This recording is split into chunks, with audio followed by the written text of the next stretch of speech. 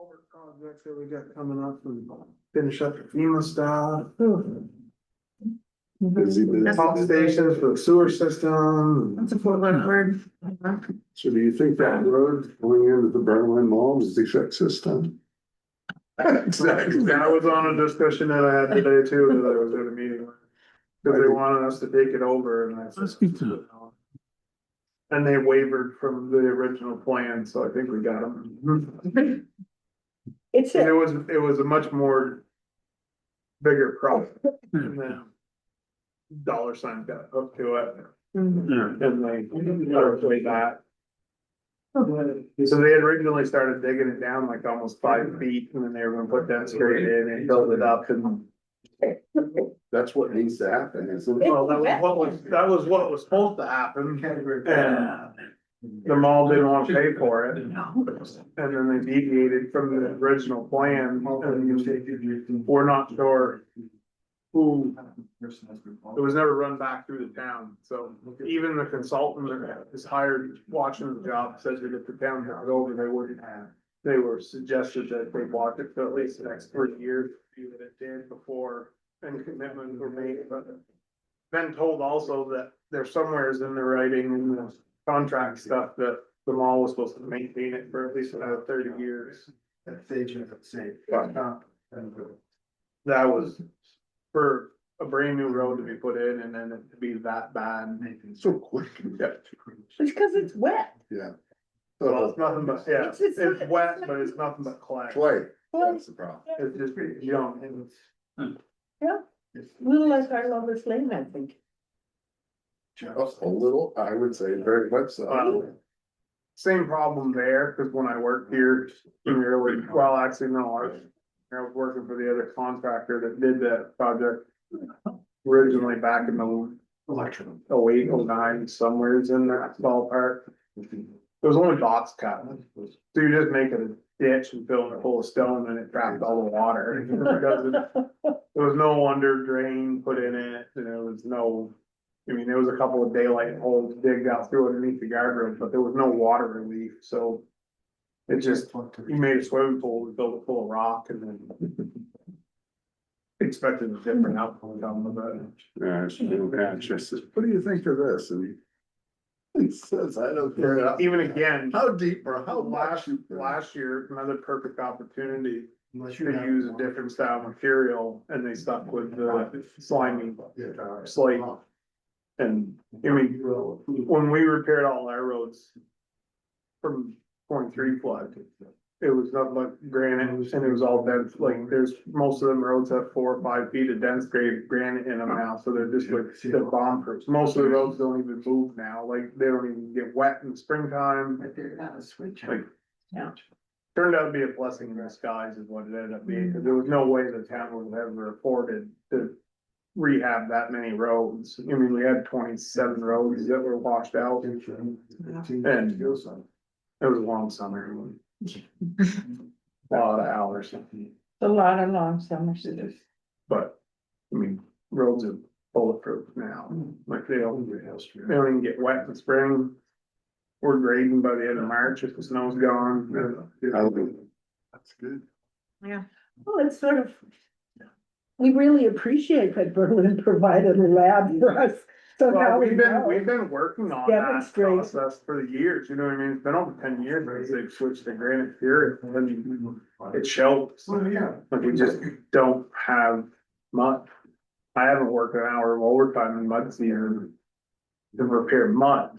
I mean, we go out and grade, if it's, get a rainy day in the week, we'll swap one out or something like that, just to catch up. But it's not, I mean, the guys aren't hauling stone, we're not running around, we're on the ditching way before everything else, like we're already on, like, we're way into our summer projects. And we were starting summer projects in April. It just, Good testimony. it takes that 5th season out. You know what I mean, and you can start working. Hardest part we find now is to find places that don't distance because everybody's garden. To dump what? The ditch material, like when we're cleaning ditches, get rid of waste. That's some of the way up in the springtime, but. We were, month of April, we were roadside mulching, cutting brush. This is recording, right? So at the beginning, Automatically, yeah. yeah. Yeah, Did you know this? Yeah. Yeah.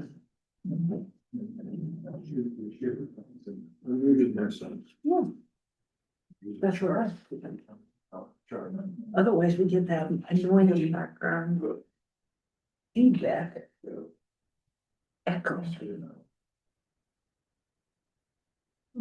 Okay.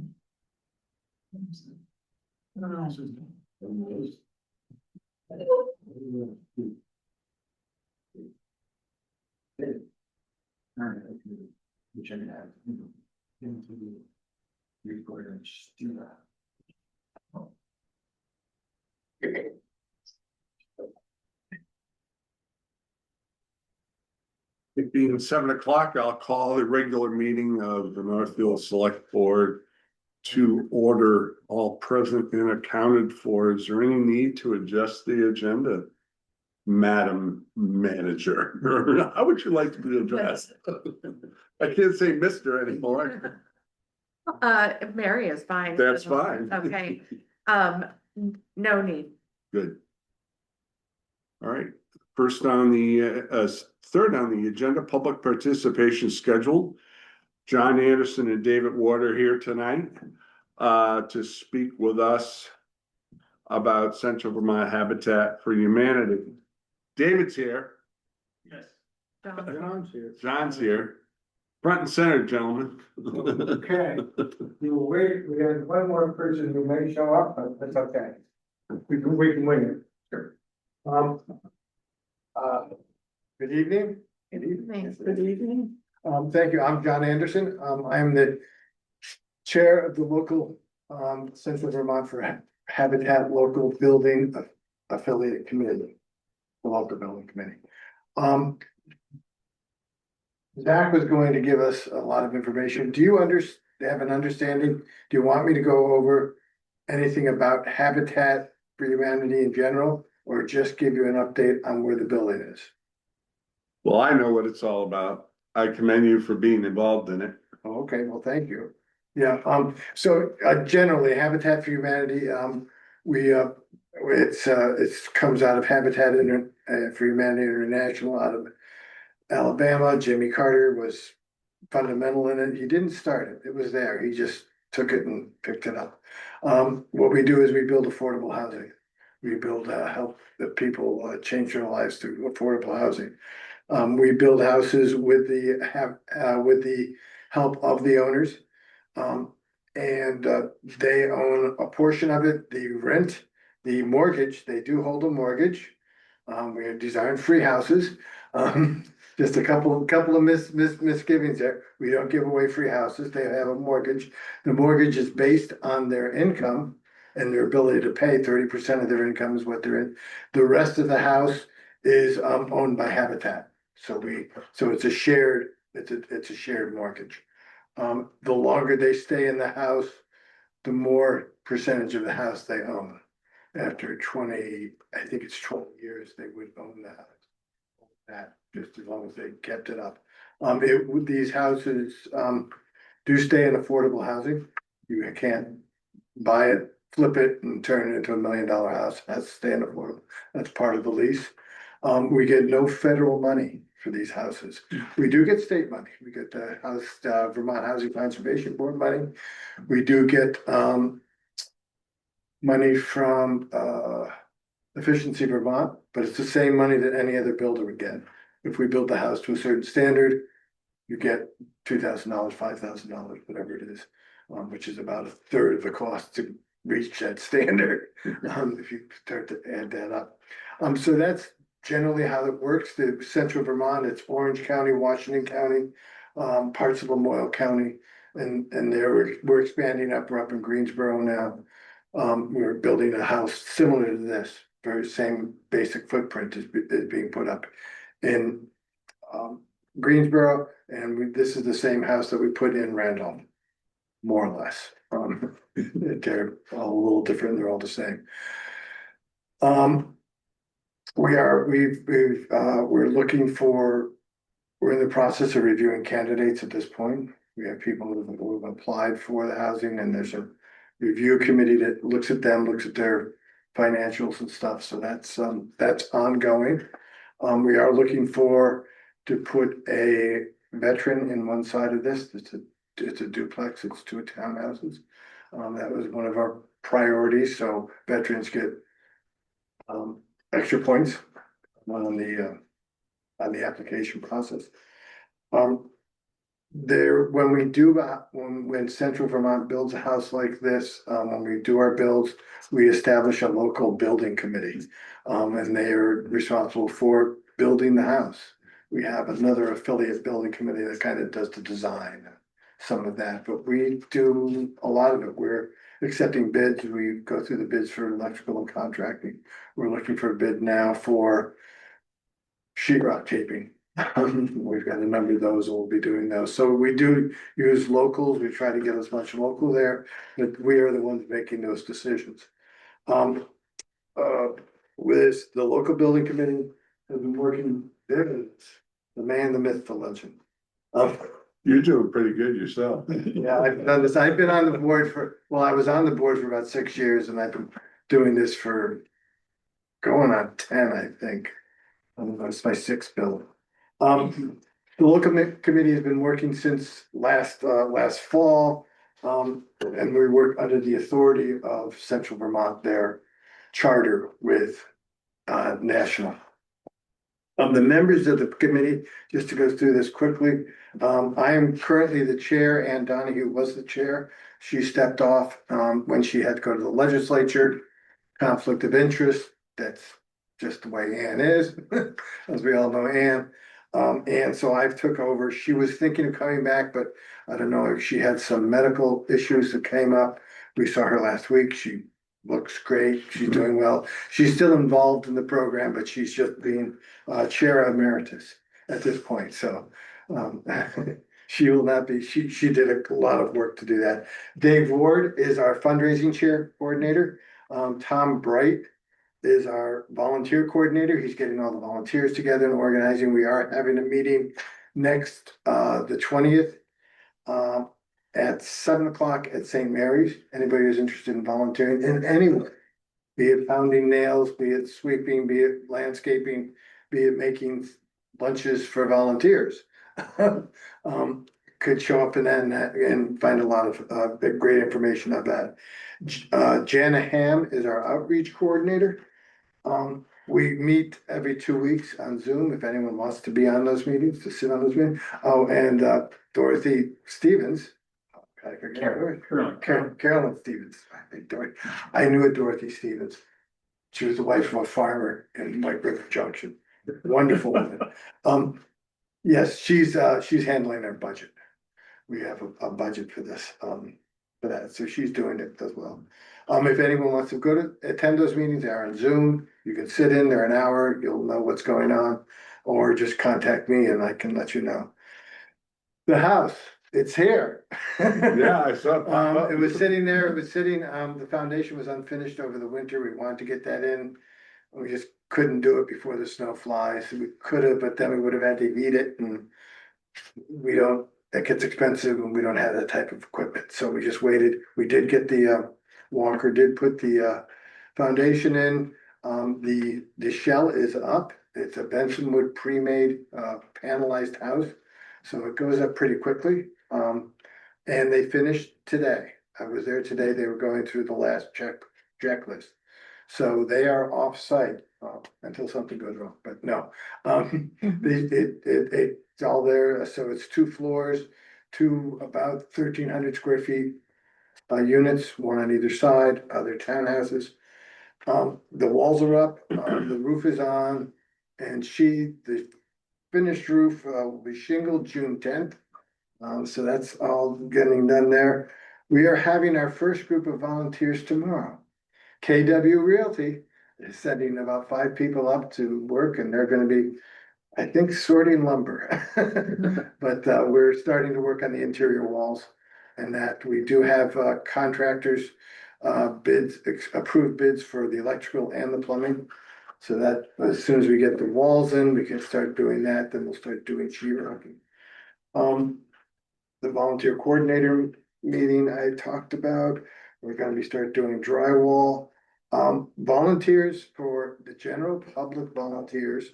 If you have a group of people, you can go almost any day, but most of that work will be done Thursdays and Fridays. Because we have youth build, we're working with youth build, they will be there Monday through Thursday.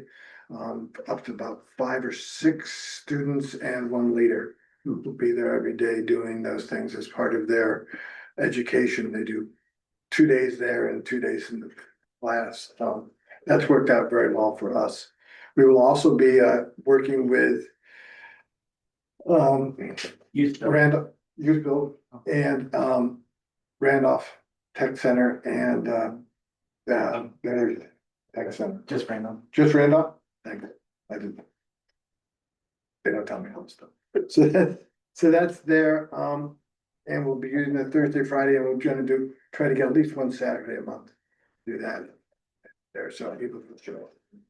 And pound nails or do whatever they want. There's all sorts of ways to be involved, more than just pounding nails. We don't pound much nails anymore. We usually shoot screws. That's what we do now. And that's the status of it is now. Our goal is to have this done by January 1st. Say that.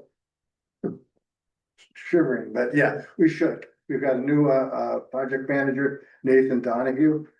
He's on the Roxbury board. He's part of the Donahue clan here. He's very good. He really knows his stuff.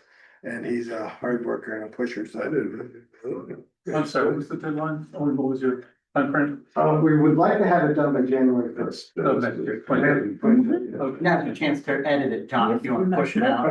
Yeah, June 27. 31, 32, you know. No, we'd like to have it done by the end of the year. That way we think we can, now that we've got it at this point. Dave would like to just give a few minutes, I know I babbled on, about volunteers and how you can be involved. Hi, everyone. Hello. So I'm David Ward. I'm serving on this committee as the fundraising coordinator. Something I've never done before, but learning as I go. So we're talking about ways to get Northfield involved, give people a chance to contribute, whether it be writing a check, giving some of your time. Perhaps if you have a business and it has goods or services that could be relevant, there might be a way of sharing some of those and contributing to the project. Or finally, hosting or organizing an event. Maybe you're the coach of the high school soccer team. You get your team out there doing a car wash, raise some money and some awareness and get some attention to the project. So those are some of the things that might contribute. But the idea is, I guess, we're looking for ways to give people a chance to, for the rest of their lives, be able to drive by and say, yeah, I did that. And that's a pretty powerful thing, I think, and part of what makes Habitat as important and as strong worldwide as it's been.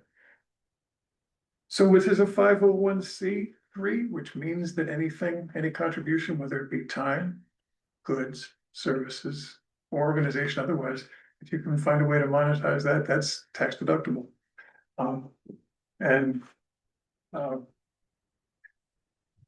We have a couple of, I started out by saying that one of the things you can do is write a check. That becomes important for us in one way that maybe wasn't clear to everyone. I just thought I'd explain it. And that is that much of what we do, whether it be contractors or materials, we pay as we go, which means we're incurring expenses in the early months as we go through the project. If we're able to have raised enough money to pay off some of that, that means that we have less that we have to take off of a line of credit that we have, which, because we're paying interest on that, of course. So having some of that money in place during the summer months means that during the fall and winter, as we're getting everything else finished, we're not paying interest on that. So it comes out to, a few $1,000s difference in terms of the overall cost of it before we finish the project, and some of the costs we have incurred are reimbursed because of different grants and other things that we've arranged for that don't pay out until it's completely done. So that's how that part of it works. Do we have cards? I have cards. John has cards, so if you would like to have, maybe afterwards we can pass those out, so everybody has at least the names of all of our committee members and a way to get in touch with us. Thank you. But, thank you for listening. If you have questions, we're glad to help out, and counting on you folks as multipliers, as getting the word out and making sure that people are aware that they have this opportunity to contribute to something important. Thanks. Yes, I just wanted to introduce myself. I'm Zachariah Watson. I'm the executive director for Center for Vermont Habitat for Humanity. Some of your names look very familiar. And some faces look very familiar. yes, yours too. Yeah. Figure it out. Well, so David, you were at our groundbreaking, No, I was not. No, you were not? I missed it, no. who's the gentleman from the town? Charlie. Charlie showed up with his bags Yeah, on. He was exactly, ready to screw nails. exactly. We were like, it was really great. It was, I actually saw a photo of that. it was, I was like, I didn't know you were gonna be working today, but, we're just really grateful for the community support that we've received so far. Tom Davis, and all the town staff have been absolutely fantastic and supportive. Not just in this project, we actually looked at a couple of different properties in Northfield. We've been wanting to build here for a couple of years because it's a great community. Also a great opportunity to partner with Norwich University. And Ann Donahue actually played a huge role in sort of bringing some of this together. She's quite the community shaker and mover. But yeah, the town's been great. We've had a couple public forums and had really good turnout, especially at our groundbreaking event. So we're just really grateful for the town of Northfield. I think this is going to be a really exciting project. This is our third duplex, so I think we've got a lot of the kinks worked out this time, so that hopefully that January 1st date that John talked about. I always like to add like 3 or 4 months just for safety. But I think we've got a lot of the kinks worked out and it's going to be a good project. We just finished a similar duplex in Randolph. We're nearing the end of a similar duplex in Greensboro. And so this will be a third one like this. It's not exactly the same, things change. The other thing I'll just say is, our mission is to build affordable housing opportunities for low-income Vermonters. We're in the process right now, the final stages of selecting our partner homeowners, which will be your new neighbors here in Northfield. We're actually doing home visits this week. So we go to the homes and, get to tour the houses and determine if there is a need for better housing, which means a lot of things. It could be just that you've got mold or your appliances don't work. It could mean that you've got people sleeping in the hallways, your rent's too expensive or living expenses are too much, or the housing doesn't suit your personal needs. So we're going to do those this week, which is our first opportunity to actually meet the applicants. And we hope to actually select those applicants and announce who they are by the end of the month. So it's one of the best parts of our work. That's why we do it. That's all I wanted to add. And I appreciate y'all inviting us here for an update. Does anybody have any questions for Zach or anybody? I do, I have lots of questions. Please. So you use this is going to be 50% of everything I know about building houses. So you used panels, were they super insulated panels? They are, yeah. They actually have, See, I knew a thing or two. they're like 10-inch walls. They're designed to meet home performance standards. I Yes. can't remember what the R value of the wall sections is, but they're dense packed insulated off-site. 30, at least 34. Right. They're sealed, they have 2 different vapor barriers on them. They're actually 11 inches thick. They come with channels for running the sheetrock on the spacers and conduit spaces for the electrical and plumbing. Do not put any holes through the walls. Oh, my. All holes through the walls were already pre-engineered. Uh-huh. When the panels are put together, there's 2 double seals. It's 2 rubber seals, and you have 2 of those. So you have 4 rubber seals between them that are smushed together when the panels are there, and then they're foam sealed. So yeah, it's tight.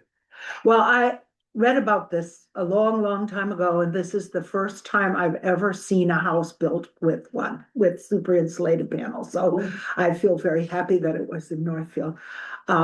It looks like the house is angled in such a way to take advantage of solar power. Yes. Is you gonna do that? So yes, it was designed to have passive solar orientation, and it was also designed so that there's 30% more windows on the south facing side, so that you're getting lots of sunlight in the wintertime, Yeah, but not as much sunlight and there's shading in the winter and the summertime, so it stays cool. The goal is we were not only offering homes that are affordable for somebody to pay a mortgage on. They are mortgaged homes, they buy them, they're not given away, but they're also affordable to operate as well. So very airtight, very well insulated, and they have this passive solar orientation. So you somebody, weren't expecting to do rooftop solar. so we actually, they're photovoltaic ready, which Yeah. means there will be conduit going up to the roof so that if in the future the homeowners decide they want to install solar, we would love to do it. We can't justify the cost right now. think Well, I know it's the bargains are gone. The bargains are, yeah, the tax credits are good. Yeah, but But it's designed as an easy option. That's why we did that. I'm That's glad why to we hear put the that. roof on the way it is. If somebody wants to do it, most of the electrical work's already done. They put the meter and the conduits there. so- Yeah. Absolutely. Well, It- because yeah. I have rooftop solar Mhm. and I have I forget the word, but you know, the thing to make your car run. Oh, yeah, and an Charger. electric vehicle charger. That's it, a vehicle charger. I have that. So when other people are complaining about the cost of gas, I'm going, oh yeah, sounds really bad. And I'm looking at the sun. So, you know, it isn't free because you still have to pay for a lot of things, but it is better and cheaper. These do have two charger units with it, correct? They do have two chargers. They will have, no, they'll have conduit again. Oh, Yeah. They're gonna have conduit, they're not gonna have chargers. Right, because the chargers are oftentimes donated by the utility company, or the utility company. Not here. Not here. Oh, right. Yeah. Excuse me. So the one thing, this is actually an interesting, in order for us to sell these houses to our partner homeowners, we have to buy down the cost of the home. So it might be appraised at 300,000, but the homeowner can only afford 100,000. Those are the folks that we're partnering with. They're lower income, they can't get a traditional bank. Yeah, So we have to get $200,000 in subsidies. So it's affordable for them. Those subsidies also make it so that home will be affordable forever. So that if they sell, the next homeowner will be low income as well, and they'll have an affordable mortgage.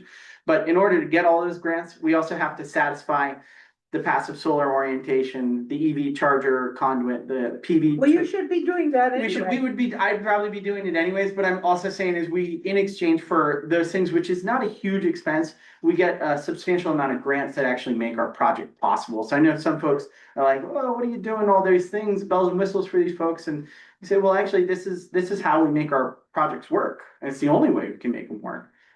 So of course, I'd be doing it anyways, but if it was me personally. And then the last question that I have is, how do you mortgage a duplex?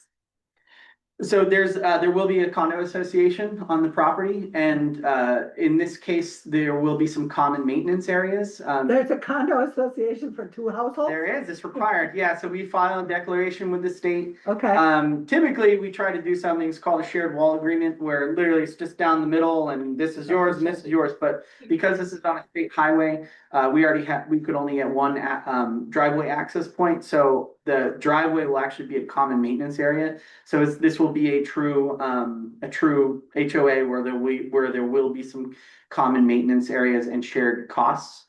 So we have to set up an HOA and there and are. the HOA pays for the snowplow. Yeah, it's actually up to the homeowners who are a part of the association to determine how those things They'll are make paid that for. decision. Right. So we set it up and it's up for that, and we give guidance and we help them through that. And we actually partner with Downstreet on these projects too, where Downstreet stewards the perpetual affordability mechanism. So they make sure that if they sell it 20 years from now, that it goes to somebody that's low income. But yeah, I guess they're not gonna be involved with the HOA, but, yes, we do set up an HOA. So I have a question. So one of the criteria for the occupant of one of them is a veteran. Are there other criteria like, or considerations, I should say, like a current resident of Northfield? So, we have a preference for veterans, and unfortunately, we didn't get a single veteran to apply for this household. That was one of the biggest disappointments. It's a possibility that if the current applicants don't work out, that we might reopen the application period, but we didn't have a single veteran apply, which was super disappointing. But our homeowners are required to be able to pay an affordable mortgage.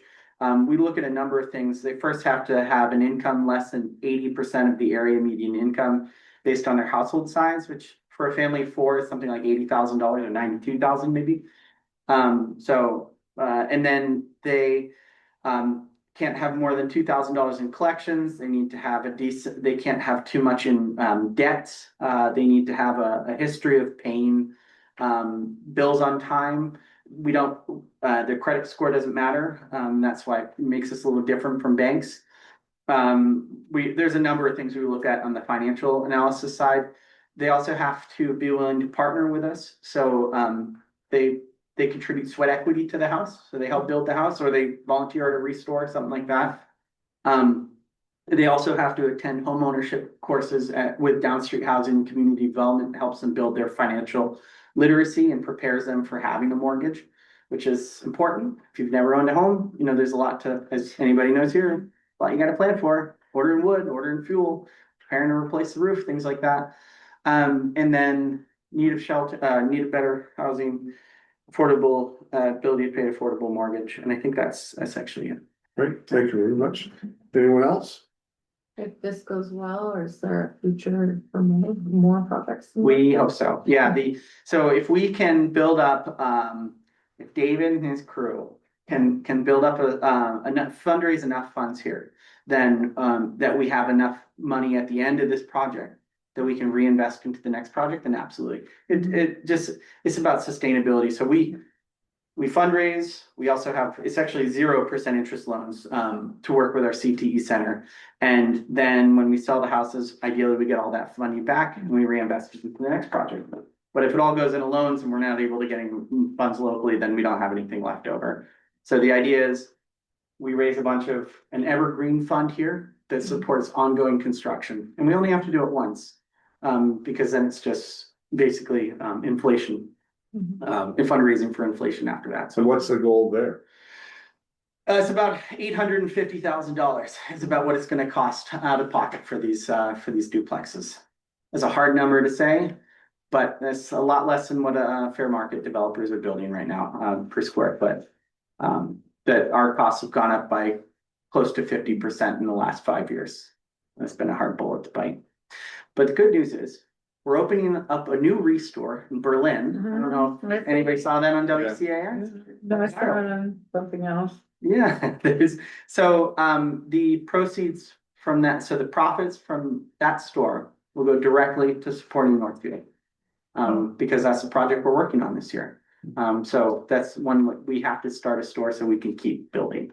We have to keep figuring out how to bring in more money to keep our work up. Northfield. Thank you all Thank you, very gentlemen. much. Thank you very much. I appreciate you coming tonight. It's where the advanced planning part was, next to the big ones. Next item on the agenda is approval of minutes, April 28th. So moved. Second. Moved and seconded. Comments, questions, 10. Lydia? John? No, I don't have any. Mary? I have nothing. Surprise, surprise. Very good. I have nothing. Further discussion? Hearing none. All those in favor of approving the minutes of April 28, 2026, say aye. Aye. Opposed? Abstaining? 500. Approval of warrant 21 through 26 and 21 through 26 A through C in the amount of $546,987.43. Motion. Second, Moved and seconded. Tim, any comments or questions? Lydia? John? No, I don't have any. And Mary? a comment and a question. Yeah. The comment is, thank you very much for reducing the number of pages. And, the question I have is on I just don't understand it. The question on page 13 at the very, very bottom, under human services, it says, $2,083, for the senior center.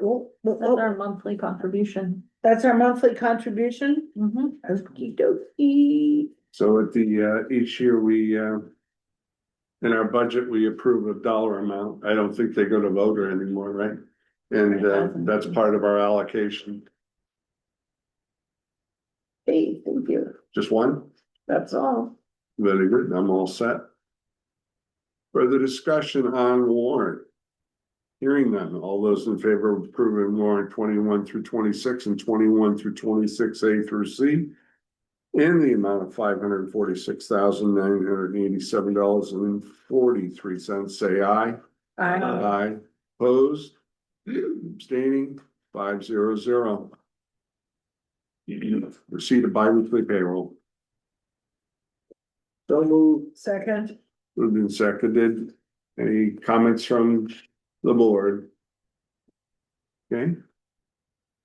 Hearing none, all those in favor of receipt of bi-weekly payroll through April 26th in the amount of $95,728.27, say aye. Aye. Opposed? Abstaining? 500. On the select board, we are going to review and approve fiscal year 26 and 27 water and sewer rates. Mary? I would like to invite Lori up to kindly go through this with us. There it is. Good evening.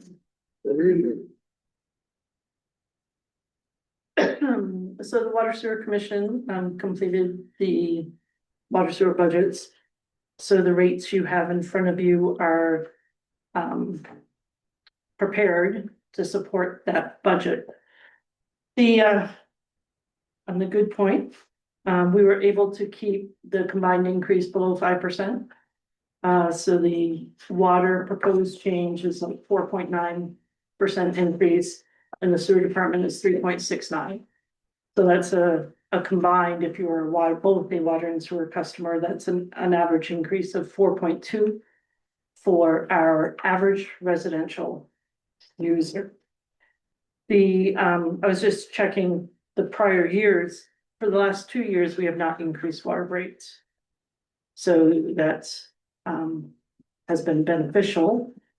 The combined, we did have to increase the sewer rates for quite a few years now. But last year we were only up 2.65 on the combined increase. So, I was and happy that we were able to get that under 5% for this year. One of the drivers in the water department is the $7.2 million water project. We are anticipating a payment, our first payment in next year's budget. It's possible, depending on when that wraps up and when the state approves that final loan, it's possible that it could slide, but right now it's scheduled to be paid in the 26-27. So that's a $90,000 add to the water budget, which is the main driver for the increase.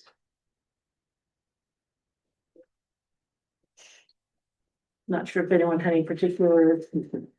Well, I had reports we were having a 16% increase, and I looked, and I said, well, where is it? So it really isn't. That's good news. We are not. Some of the initial drafts were. Okay. Which is where you may have heard that from. Well, I yes, keep some of the, hitting the table, we should have rate increases every year.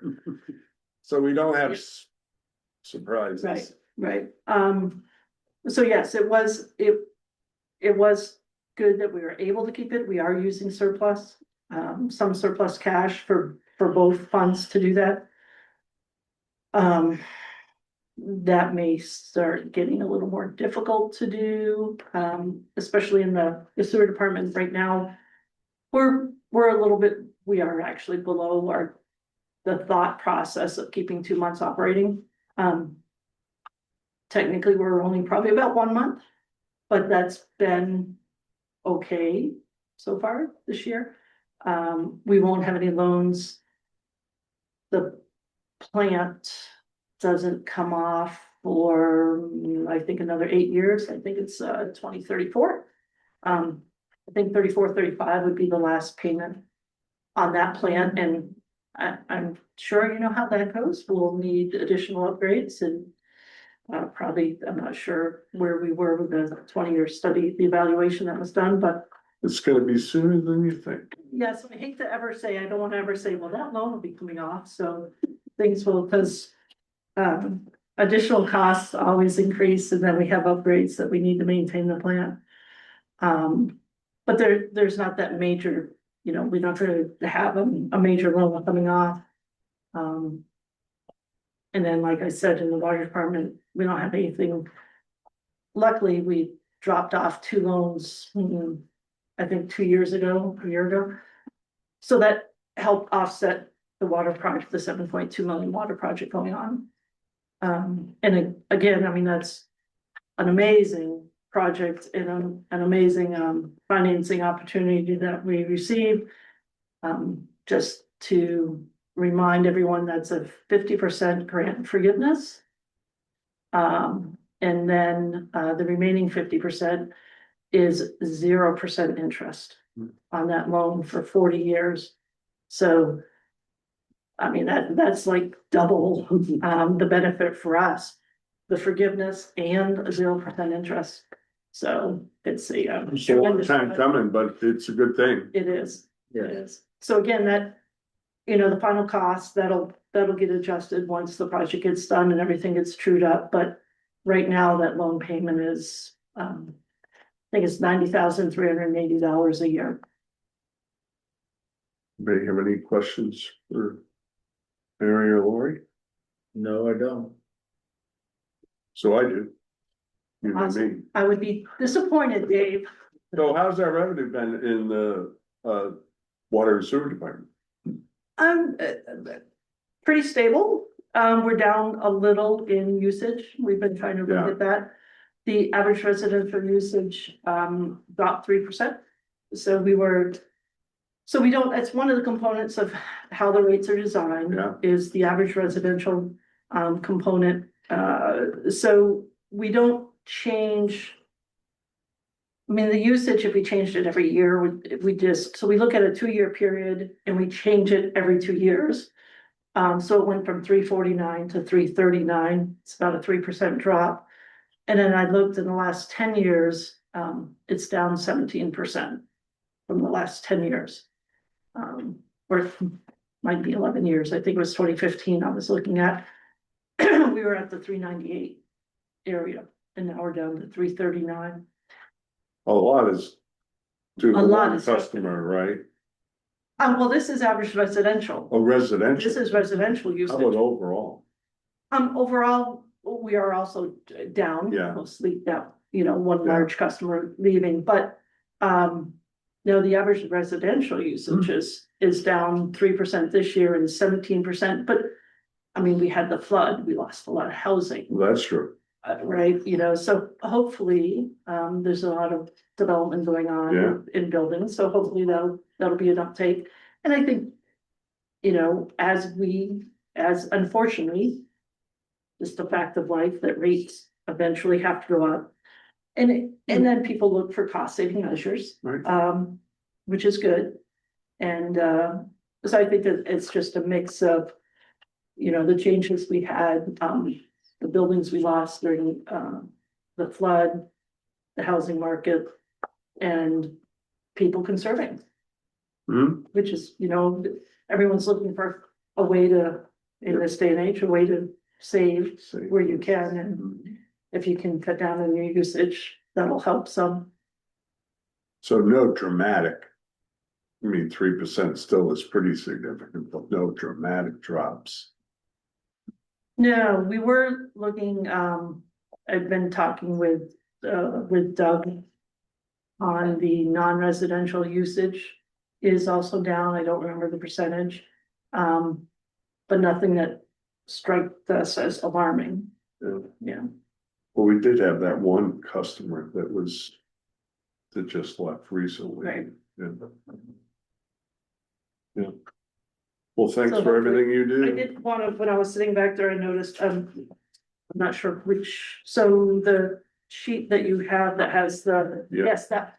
Oh, you have the whole, I wasn't sure if you had the whole budget or not. You I know, do. it's the whole It's thing. probably page 19 then, Okay, that has the, Yeah. comparison and what the average residential I saw. increase would be.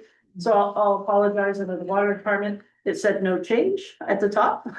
There is a change. That was left over from 2 years worth of that. I just saw that, so my apologies. But it is noted below. So the water was a 4.94% rate increase. I know this isn't germane to the water sewer, but what's the electrical goes through the public service board? Correct. So we just also finished the electric budget for FY 26-27. They approved that at their last meeting, which was May. Yeah, well, I'm like, what month is this? So last year we filed for a rate increase, 15%, I think it was 15.2%, but, and that went through March was, I believe it was March, was the first billing with that increase. So the Public Service Board, and I think it's now the Public Utility Commission, keep kind of changing the Yeah. name around a little bit there. But I'm old, I remember Public Service Board. So that was approved with no change. So they approved a rate filing as we submitted it. We will not be as fortunate to continue. I mean, it's been, I should have looked it up, 10 years, 15 years since we've had a rate increase. 2011. Yeah, and so it will not. In the current market and the way the power costs are shifting, and transmission cost, we're probably gonna have to do a rate increase every couple of years. And hopefully a smaller increase, but those, the power cost is just 90% of that budget. So one power bill can vary from 200,000 to 350,000 in a month. So And we're it's a- still it's a- one of the most competitive rates out We there. absolutely are. I'd be glad to switch with anyone that wanted to switch with me, because I am not on Northfield Electric. So yes, we are competitive, but we've been very fortunate in the last 10 to 15 years, and we've really been able to use cash to pay for some capital improvements and not have to borrow, which has kept our interest down. I mean, this year's budget, the interest expense is less than, I think it's $2,300, something like that. Yeah, it's like under $5,000 in interest expense. We just have the loan from the 1998 rebuild that we did. So That's how long ago that was. that, yes, 1998, finished in 2000. So we have two bonds related to the one project, 98 bond and the 2000 bond.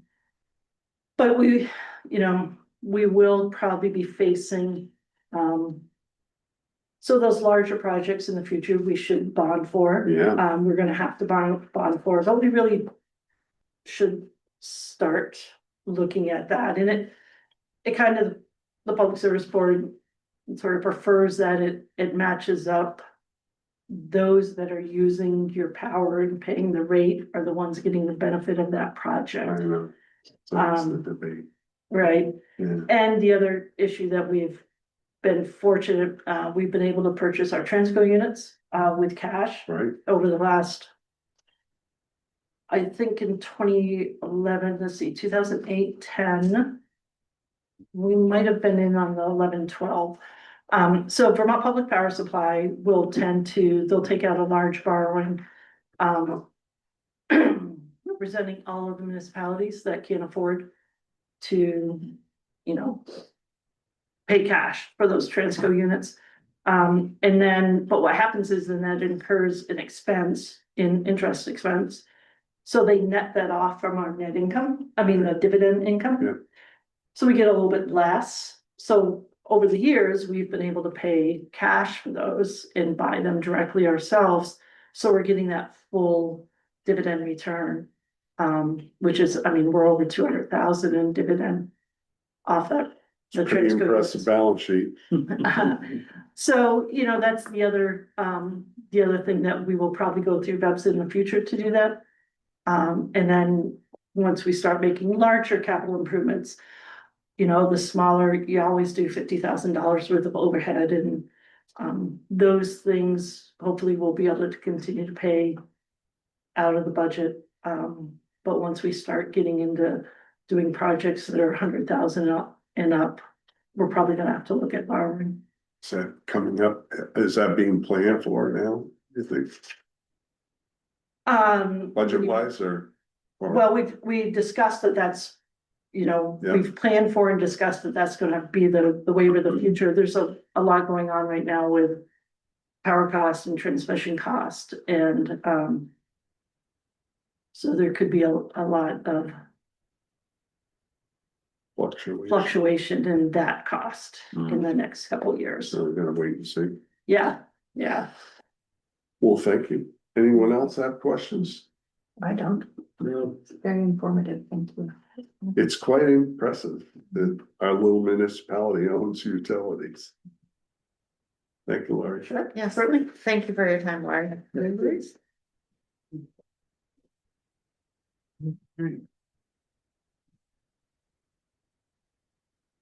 So I would look for a motion on the rates. So moved, I would move that we approve these rates as outlined by Lori. Second. Been moved and seconded. Further discussion? Hearing none? All those in favor of approval of rates for the water and sewer department as presented, say aye. Aye. Aye. Opposed? Abstaining? 500.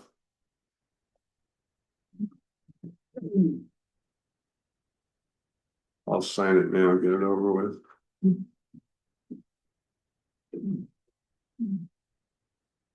Okay, next item is scheduling the select board retreat. For those of you who forget.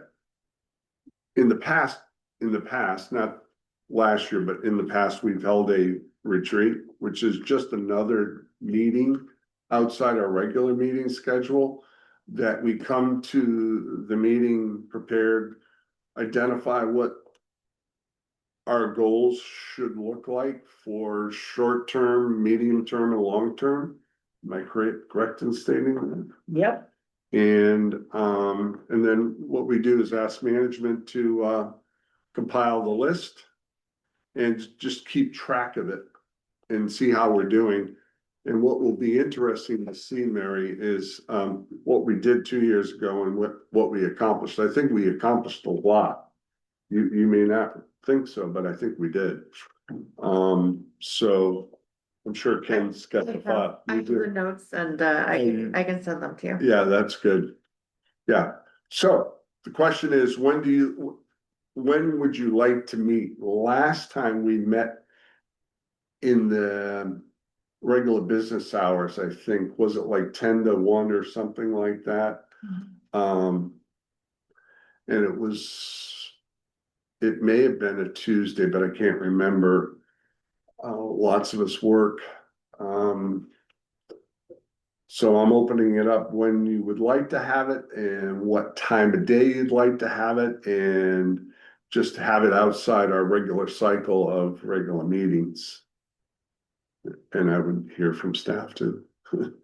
Making sure there's no If we can conflicts. find a daytime that actually works, I'd prefer it, but if we can't, And we did have a lot of good public participation, as I recall, 2 years ago. yeah, there were attendees. Yeah, I mean, 6, 8, 10 people, which is pretty good. My schedule's a little tricky for everybody. I'm always off on Tuesdays and Wednesdays, but then doesn't help you. Sure, I could work it into it, I could work it into it. Or a weekend, I don't, would we prefer it evening over, I don't wanna make staff come on a weekend, so. I would prefer, yeah, in the evening versus a weekend. As secondary and versus the day. Yeah, Prefer an evening over daytime. I mean, it doesn't matter, but I would like to be, yeah, considerate of people's work schedules. Mhm. You wanna take a look at your calendar? I'm looking So at you got a whole lot there in the weeknights unless it's here or over there, but. So would it, What about June 2nd, the 12th, that's Tuesday, June 2nd. I heard a groan. Yeah, he's thinking. About whether or That not was he when has planning that. commission meet, so they were using the owl and, Alright, so we have a conflict there. We have a That's a conflict with the I hour. have a planning commission meeting in Berlin that night too, so. Okay. So, the And then 16th, Wednesday is the 3rd. oh, or Wednesday, yeah. I'm just, Nothing's. I've coming- got the calendar. Nothing's coming to mind there. Wednesday, the 3rd, what time, 5 o'clock? Would The during earlier the the day be for better? me. I don't know about Tim. Yeah, Tim, what time do you get off for? 4. 4:30? See, good start. Yeah, if we're doing that, I vote that we get pizza or, something, cause. Yeah, I'm sure management will take care of that detail. Sounds good. 4:30, Okay. June 3rd. would you want me in this room or next door at the municipal building? I believe we have met in this room in the past. Yeah, I can If hear. it, I have to see if it's available, but All right, 4:30 PM. very good. Well, that's settled. How long does it normally? Couple hours. Yeah.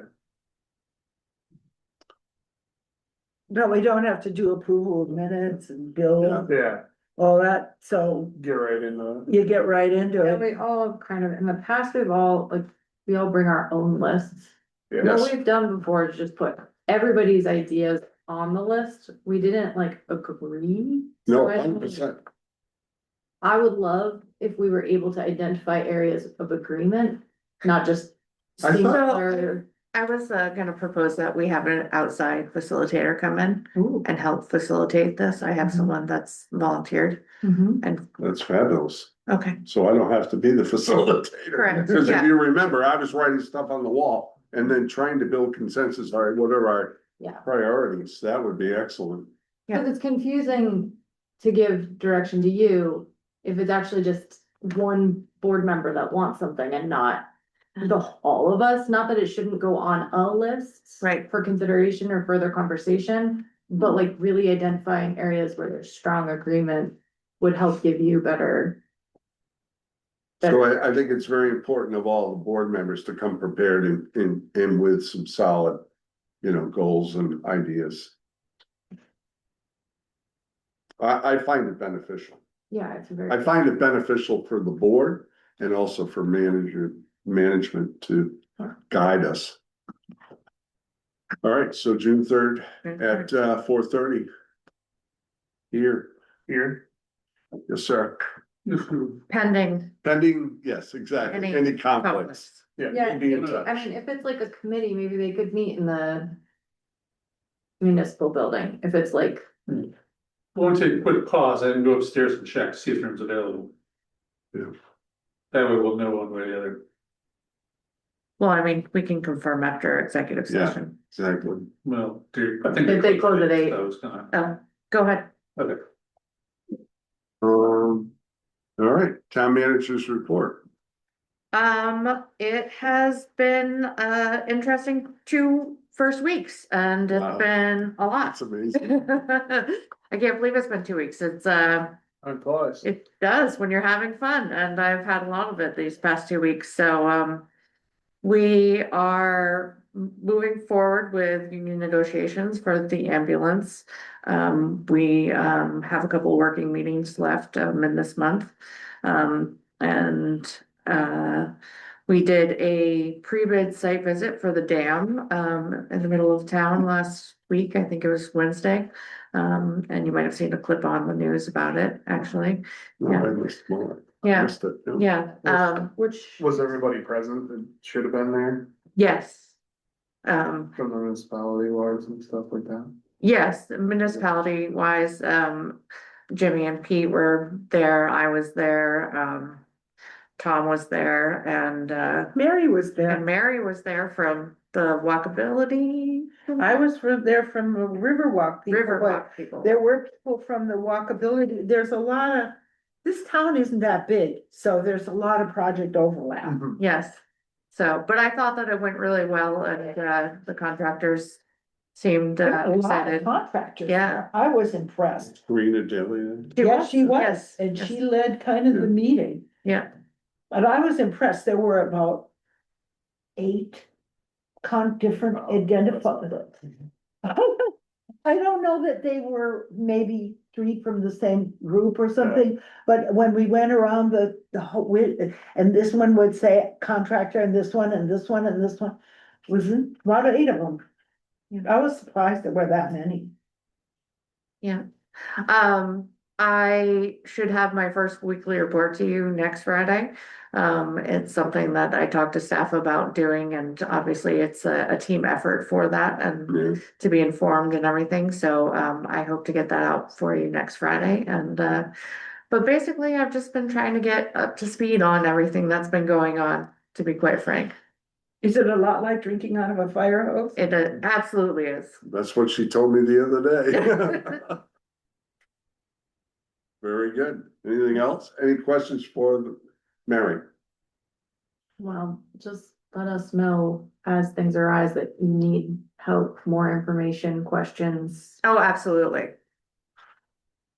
My department heads have been really great to work with so far, and they've helped out a lot these couple of weeks. So yeah, it's great. That's good. Board members, comments, concerns, questions? Tim? I was curious, while the street sweeper was rented in town, do they plan on going out on any paved back roads that are heavily sanded? I had a couple of calls today about the bottom of Little Northfield with the amount of dirt that's on it, and the same thing with Rabbit Hollow. Yep. Is there any? Rabbit Hollow, it was on the list of priorities that, I had a meeting with Carl this morning and gave him a list of priorities. And getting the sand off of the bottom of Rabbit Hollow was on that list, but I will also add Little Northfield Road to that list.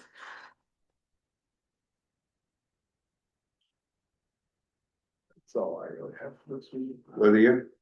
I just wanted to let you all know that for the next meeting, I either won't be here or will come late because there's a concert at the school and I will not miss that. Very nice. And then, I don't know what today, I guess it's because I was sitting around at 6 o'clock getting tired. Just wanted to bring up, I think somebody else mentioned it, if we'd ever consider starting earlier than 7. I know it's. I have not no way for a problem long with that. time, but just throwing around. 6 would work good for me, if it would be considered. Yeah. Yeah. I can't do 5, but I could do 6. Mhm. I just gotta Something figure for- out the meals. Further, yeah, that's the, I don't, or even 6:30, whatever. No, 6 is fine.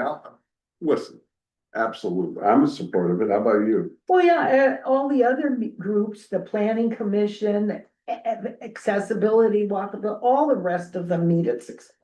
Yeah. We're the only ones that meet at 7 that I know of. How about John? Are you in favor of that?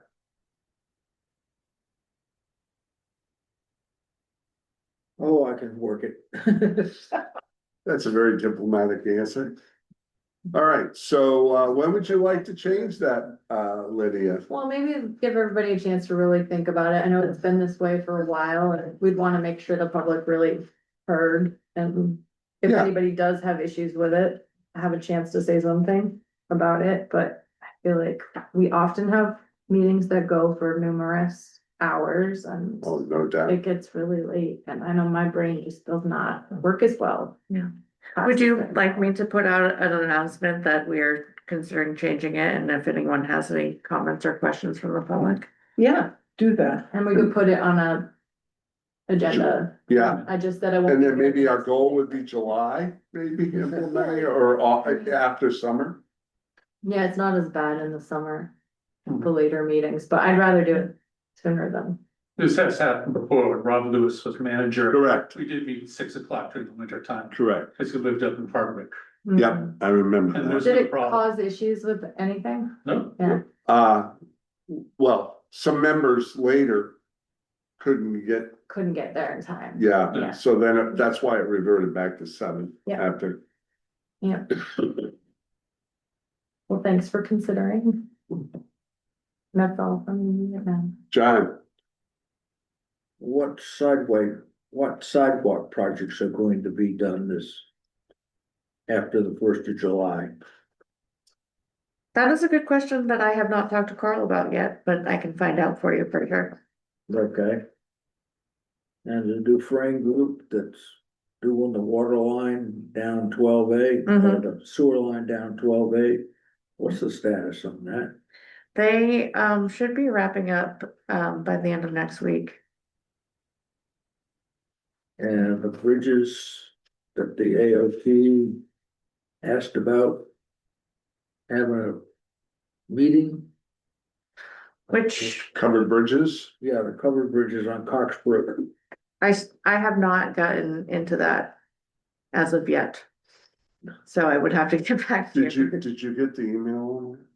We could forward you the email. I do not believe that I was. All right, so maybe I can forward it to you. Okay. I gotta write a note. You have to do it tonight when you get home, otherwise it's not gonna happen. That would be good because the second bridge on Cox Brook is failing and it needs to be addressed this year sooner than later. And so Yep. Yeah, I saw the plans and essentially it's rebuilding all the bridges. okay, I have not seen that email yet, but yes. That's anticipated for what, 28? The money went away. Yeah, Right, they're, because there was gonna be. they're throwing it back on the list. It's the same thing with Lover Glen in Riverton area. It's back on the list for 28, but I don't think there's still no funding available. I mean, they're on the list to be looked at, but I don't think none of these bridges are gonna move forward anytime soon because of the lack of funding everywhere. So there was a combination of funding, as I recall, from the state. It was from 2 or 3 different funds, one of which was historic preservation. Same thing. Same thing, yeah, okay. Cause that iron bridge down there is one of the last designs in Vermont, so it's historical and the money's gone. Got it. Mhm. Cause we have a meeting on June 1st with the AOT for the Riverton Bridge, the Green Route 12 Bridge, Lover's Lane, and another project that's going on down there.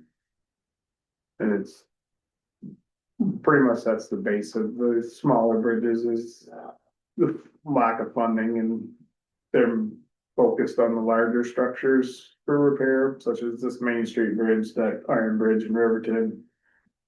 So Got it. I don't see those 3 coming up anytime soon on a rebuild list. It could be wrong. I'd like to be wrong, but Yeah, well, that's realistic. mainly falls back on us to make Right. the maintenance is upkept and they're, Either deferred maintenance has to be addressed or construction. yeah. Yeah. What else you got, John? Oh, last week or 2 weeks ago, I asked about the Dodge salt truck and the carrier assembly, Yes, and I haven't heard anything about it. okay. I will make sure and talk to Carl and get you an answer tomorrow.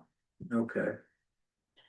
There's a court charge of $4,000 and I Yeah. don't understand why it's a core, Core charge. cause generally it's a negative. Yeah. When you have a core.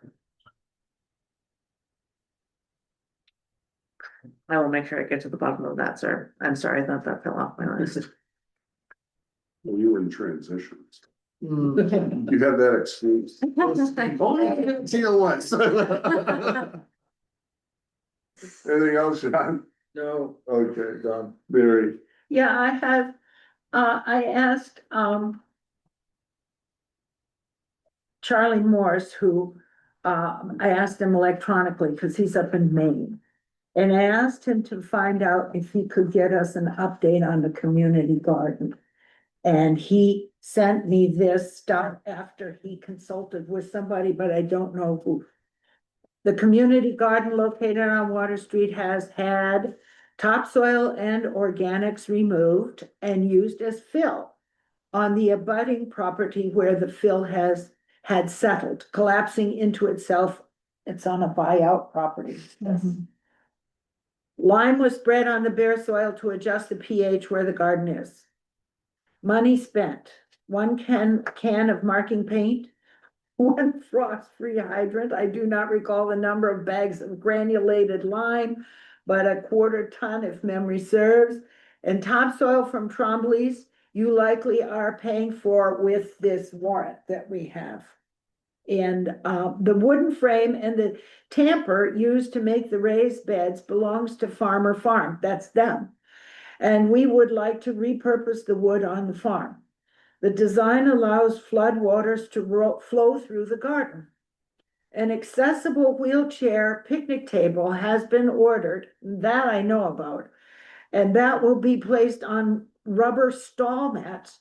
Those stall mats under the picnic table will then be a path through the garden to the curb cut on Water Street, providing access for wheeled accessibility.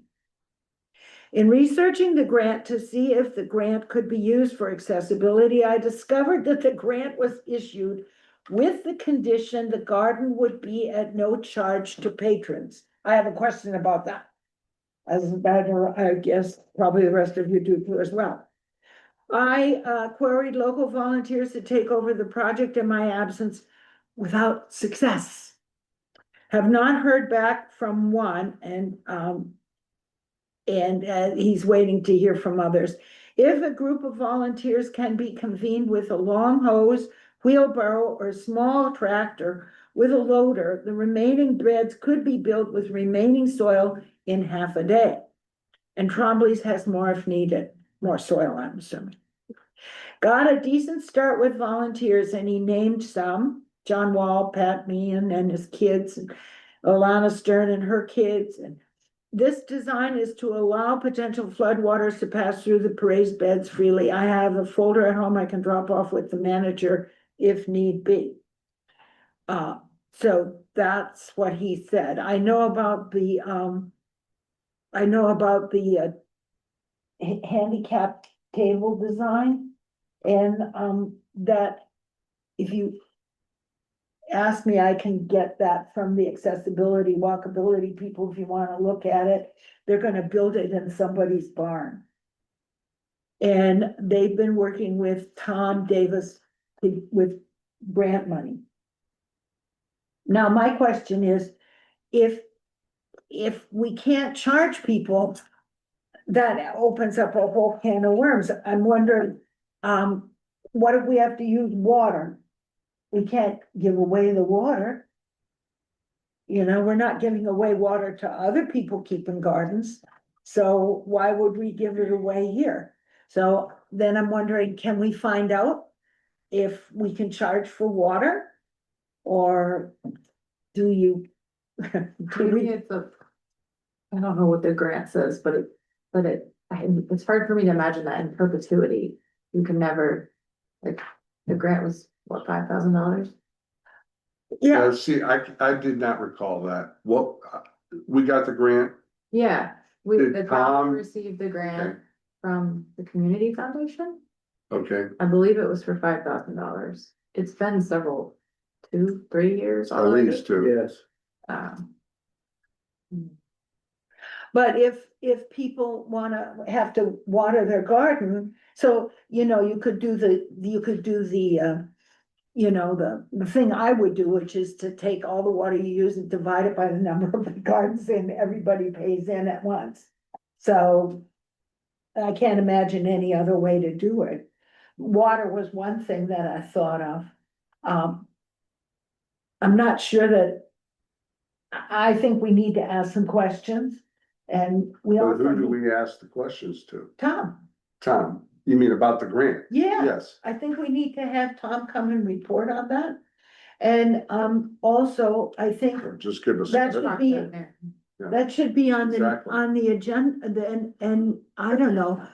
Maybe we need to have a more public request for volunteers. Yeah, this has been a languishing project. Uh-huh, and, It seems it doesn't have steam. mhm.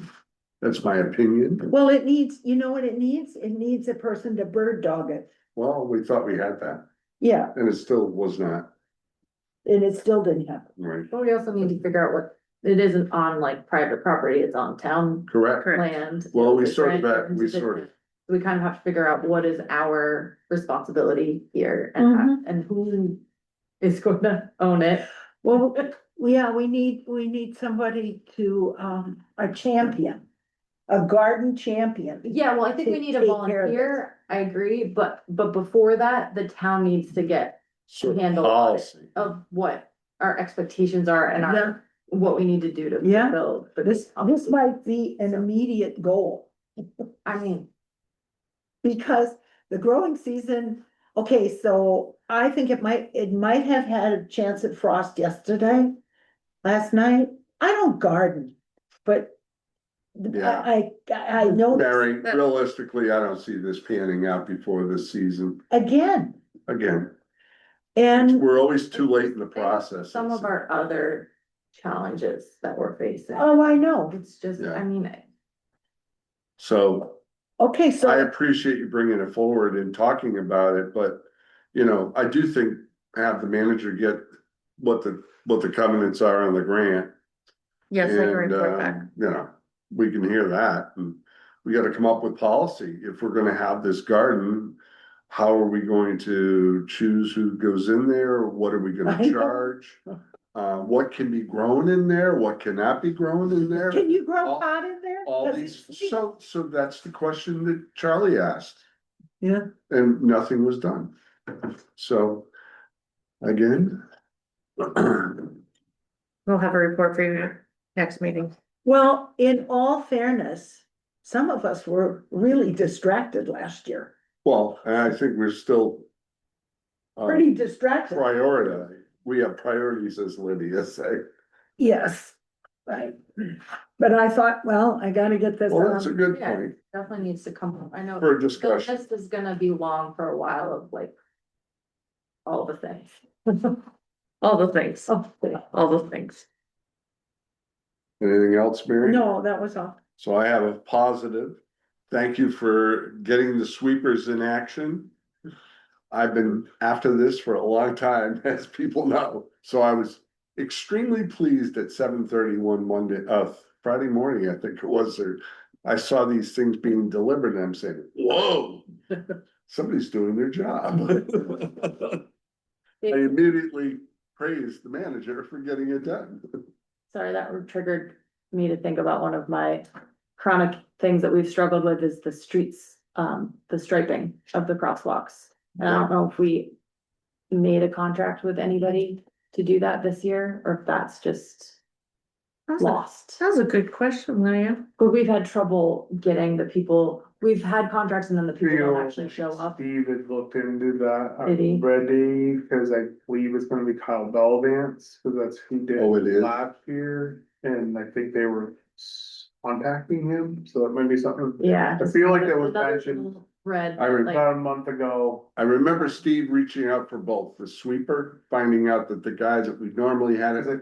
think No we longer. had that discussion at the highway commission okay. meeting about sweeping and line striping, and I feel that that was something that they were. Kyle Belvance done it last year, and I believe they were gonna contact him, cause there's another profession that's going out. Yeah. There's not a lot of them out there.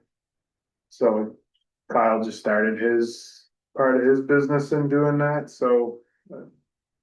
I feel like Steve was going to reach out, or it was on their radar to get done, to do. I'm about 100% sure now that we had that discussion at the highway Okay. commission meeting, Yes. and, It's just been It a was chronic looking challenge to to- actually get someone to come in a timely Yeah, fashion. We're reacting in March It's not and like the April when end all the of the year contracts. and We then had it the just discussion goes about- away by the winter. we were having the discussion of like the professionalism of the flagging. Yes, and exactly, that's. the- I mean, the lack thereof in the years past. Yeah, There wasn't any. Yes, and some of, I mean, the Main Street, some of the project, I'm sure it's in the project that. they're- Well, that's what I sent an email to Steve. Just at the end, Friday, I think it was, or Thursday. With my concerns about the project getting wrapped up, and he forwarded it, and I know he CC'd you to the project manager. About the lawns not being done correctly. It looks like they're being addressed now. There's topsoil, there's grass seed being blown in, so that's a good thing. And then, the manhole covers I counted 12 manhole covers that have dropped significantly. When I say significantly, 2 inches. So I don't know Mhm. what the cause of that is. I had heard a little bit that it may have been some old paving. They went a little heavy on the pavement when they. Got it. Cause supposedly all the structures were put to grade, and when they paved, some of them were lower and some were right on grade, and. I mean, the road's gonna move. Through the winter cycle anyways. They should have dropped by now, or the road should have dropped by now, but. Yeah, Yeah, So some of them are pretty good identified thump. a lot, You know what I mean? like That's 6 or something that 7 probably things. Jimmy can look into, cause sometimes you can just throw a pavement ring on them and raise them an inch, and, I mean, if they're down an inch or 2 inches, then maybe they can raise them, put a Yeah. ring collar on them. Yeah, I think that's a To take simple the- solution. Because there's more anticipation for 28 when they repave Route 12. They're supposed to go through and remill this and repave it again, correct? So I'm not sure about what sections are gonna get done. So Yeah, that's a good question to follow up with. Supposedly that's why the north end was paved for a Band-Aid to get it to the state project. The life expectancy to reach the state project in 28 was my understanding. I could be wrong. they do the class 1 takeover area too. I think so. So I'm not sure. one of the questions that I raised in this list was, will there be the removal of concrete? As there was from the municipal building or East Street to the Plumley Armory. For the rest of the project, and the project manager did respond saying there was going to be some concrete removed, but most of the area already has been removed. Mhm. Which is probably where the line was buried. They removed the concrete when they went down, so the rest of the checkerboard. I'm sure it's gonna stay for now. That's probably what they mean by that, cause everywhere where they ran a line, they had to remove the concrete in order to get down. I'm gonna to the review that. ground. I'll forward you that email and get your interpretation of it. I think you're in it too, Mary. Cause now's the opportunity to get rid of it. Cause the state's not going to. They're gonna go mill and bill. Right, and it makes a huge difference. Well, now we have a complete, just about Main Street that's completely pulled up. But I had a positive, it turned into an That's a issue. very. Oh, well, but we got things discussed, I'm done. Public participation unscheduled, is there anybody online that'd like to be recognized? Okay, anybody in the room that would like to be recognized? The town crew did a real good job on the apron of the bridge on Slaughterhouse Road. Oh, they did. Now, they got that. Now I feel that we should asphalt that area that they So- fixed and repaired. There was discussion when we did the site visit down there, just to pave that entire road. Yep. From the bridge to Route 12 to get away from the maintenance of trying to grade that 12-foot road. And once you pave it, you're gonna keep your watershed to where it needs, Yeah. you can put a crown on your asphalt. So yeah, it's been discussed. So. It's something that definitely needs to be looked into it'll protect the longevity of that bridge at that point. Oh, immensely, just Yeah, because.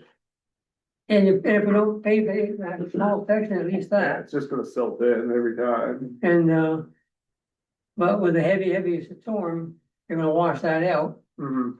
and be a problem, so. So it should be a priority to get paved. For, Maybe this year's paving, for, we decide to do this instead of that. Mhm. a few $1,000 spent there right now would make a big difference Oh, later yeah. on. Yeah, The dollars down the road would be a tremendous saving by doing that.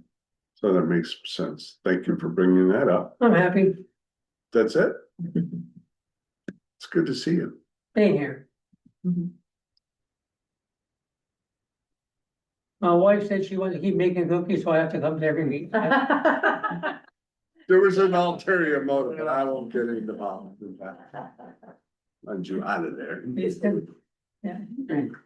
I'll be out of the house and if she wants to make the cookies, I'll get out of the house.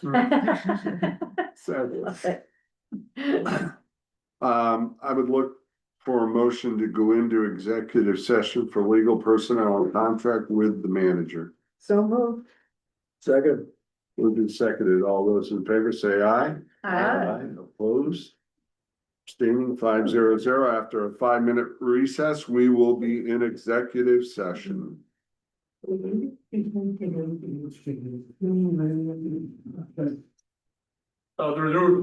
room was available on that Wednesday, so I'll set All right, great. retreat. Thank you so much, Kat. Thanks. So we're gonna meet here then? Yes. Is that Yep. all good?